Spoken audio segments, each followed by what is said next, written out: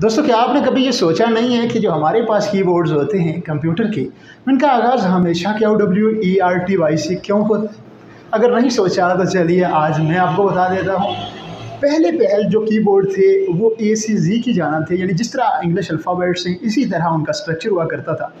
लेकिन नोट किया गया कि जब उन कंप्यूटर से यूज़र डेटा टाइप करता है तो आपके वो कंप्यूटर स्लो डाउन हो जाते हैं, क्योंकि यूज़र की टाइपिंग स्पीड बहुत ज़्यादा होती है, जबकि प्रोसेसर की प्रोसेसिंग स्पीड इतनी नहीं होती कि उन वर्ड को प्रोसेस कर सके। इस चीज़ के हल को ढूंढा गया और वो हल ये निकला कि कीबोर्ड को डिफ़िकल्ट कर दिया जाए, कीबोर्ड्स की अरेंजमेंट मुख्तलिफ कर दी जाए ताकि यूज़र्स को कीज़ ढूंढने में दुश्वारी का सामना हो, और इस मसले का इस तरह हल निकाल लिया गया। इस तरह की मज़ीद इंफॉर्मेटिव वीडियोज़ देखने के लिए मेरा चैनल JK Academy सब्सक्राइब कर दीजिएगा, बेल आइकन प्रेस कर दीजिएगा ताकि आप तक इस तरह की IT से रिलेटेड वीडियोज़ पहुँचती रहे।